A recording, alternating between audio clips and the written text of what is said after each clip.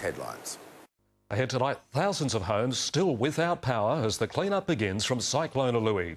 Water supplies contaminated in Airlie Beach as sewage systems fail, and children told to stay at home from school. The details at 6. Serving Mackay and the Whitsundays, this is 7 Local News. Tonight, the clean-up begins as Cyclone Ului batters the coast. The race to restore power to thousands of homes. Water supplies contaminated in Airlie Beach. And children kept at home with schools damaged. Good evening. Thanks for joining us. Thousands of homes are still without power tonight after Cyclone Ului tore across the coast. The Category 3 system made landfall at Airlie Beach and Proserpine early yesterday. Winds of up to 180 kilometres an hour slam Mackay. Reporter Nicola Stroll is covering the story. Nicola, just how much damage has been done? Rob, there's debris strewn right across the city. As you can see behind me, trees have been uprooted, sheds and homes have been crushed and power lines cut. But locals here know the damage could have been much worse. Kirsty Sivier's shop hasn't had power for 2 days. She's lost almost $20,000 in perishable stock, but luckily not her spirit. It's such a shame that the food can't go to someone that sort of doesn't have anything, but we don't want to risk anyone getting sick. Local cane farmers are also counting the costs. The damage to crops is expected to be in the millions. It's obvious that we as an industry have sustained very significant damage to the cane crop. At this point in time, we don't know the extent of that damage. Mackay was lashed with 180-kilometre winds as Cyclone Ului crossed the coast north of Airlie Beach early Sunday. This huge cedar narrowly missed the Prior's home at Halliday Bay. After spending the night huddled in the bathroom, they found their boat and car hasn't fared so well. Let's sort of Clean up. that's about the best you can do. At South Mackay, a tree crushed the front of Cheryl Odger's home. It was strange, like something scraping, you know, like not too loud. That was a bit of a surprise when I saw that. Today, the clean-up started. Locals will have a week to dispose of green waste at Council's tip for free. The green waste has been particularly busy, and we expect that to really be busy all through the week. More than 20 local schools were closed as work on clearing grounds began.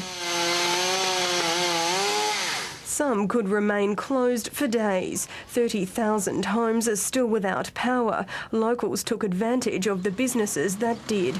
Council workers will be kept busy for weeks. We have asked for extra SES groups to come in and help us over the next week. Nicola Stroll, 7 News. Thanks, Nicola. The Premier has promised financial help for cyclone-affected residents right across the region. The damage bill won't be clear for some time, but is already being calculated in many millions of dollars. Sarah Coates has the details. Well, Anna Bligh saw firsthand the devastation caused by Ului when she toured Proserpine yesterday. The state government is offering cash handouts to help locals get back on their feet. The Partridge family awoke to this. More than 100 well-established pines snapped like twigs. The missiles speared through their neighbour's roof. We survived, that's the main thing. The Whitsundays copped the brunt of the cyclone. Hamilton Island recorded wind speeds in excess of 200 kilometres an hour. Night spots usually packed on a Saturday were abandoned. For the safety of our patrons and staff, we're closing due to the conditions of the weather, of course. But yeah, so it's probably only about half an hour away and we're going to be all over and going home. Once grand ladies of the sea, these boats could soon end up on the ocean floor. The damage bill will be enormous. The Premier toured the region promising assistance. We are very mindful that there could be some medium-term economic impacts in this region, whether it's in the sugarcane industry, fisheries. It's yet to be established what sort of damage there may be done. Emergency payments of $170 per person or $780 for families are available. But the region is facing an even bigger problem. Water at Airlie is undrinkable as sewage systems begin failing. Council staff have been run off their feet. That'll be our focus because, as you said, there'll be a lot of rubbish to take to the dumps, a lot of green waste, so we'll be all hands on deck. SES crews are also stretched. Support crews from other regional centres have begun to pour into Proserpine. We think with the amount of work we've got to do, we could probably tidy up most of the tree damage and tidy up people's yards and leaks. I reckon we could probably do it in 2 to 3 days. And with no power and schools damaged, children have been ordered to stay home. Not that they're complaining. Yeah, I think we will. Sarah Coates, 7 News. The biggest problem facing residents now is a lack of power. Amy Williams is at the Ergon Energy headquarters in Mackay. Amy, are crews any closer at the moment to restoring supplies? Well, Rob, Cyclone Ului cut power to more than 55,000 homes. Now, crews here have been working around the clock to try and repair damaged lines and substations. By 7 p.m. last night, 22,000 homes had had power restored to them. Now, for the latest on the situation, I'm joined by Steve Layton. Steve, thanks for joining us. When can residents expect to have power restored? At the moment we're working through getting most of the power restored, or 80% of the power restored into Mackay City tonight. Obviously there's some safety issues that we're working through, and we're methodically working through from our zone substations down through our distribution and then into our feeders. At this stage, by tomorrow afternoon, we're looking at having, we're hopeful only down to about 8,000 customers left to finish off, but that's still dependent on some of the damage that we have, extensive damage that we have.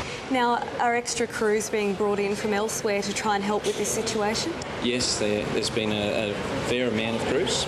We've got 270 people now working on the ground. We're still getting more fresh crews in from our northern region. We've got crews from our southern region, our contract crews. So we feel we've got enough staff to continue to get this thing back under control and back on. Excellent. Thanks for joining us, Steve. Thank you. Thanks, Rob. Back to you.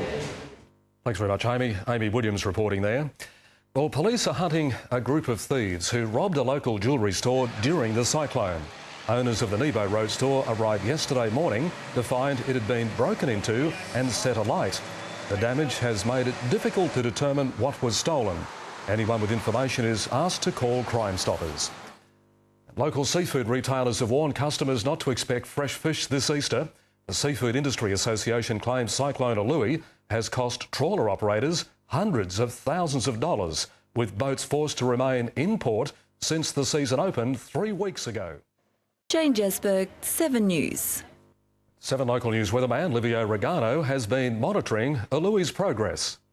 Yes, well, Rob, it's, I suppose, quite common for the aftermath of a cyclone to be the wettest part. Of course, you get the very strong and destructive winds before it comes, but once it crosses the coast, it's like it loses its lifeblood, which is the warm ocean, and you've got all that suspended moisture in midair that has to come down, and it can take days to fall, so you tend to get heavy rains.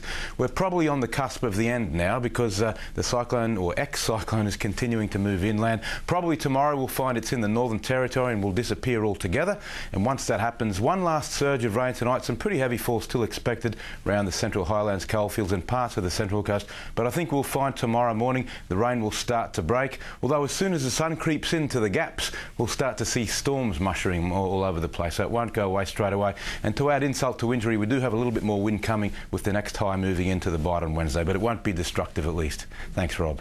And thanks, Liv, and of course Livio will have all the details later in the weather. Well, ahead tonight on 7 Local News, seeing double, the school with 7 sets of twins. And Mackay shoppers welcome news of Sunday trading.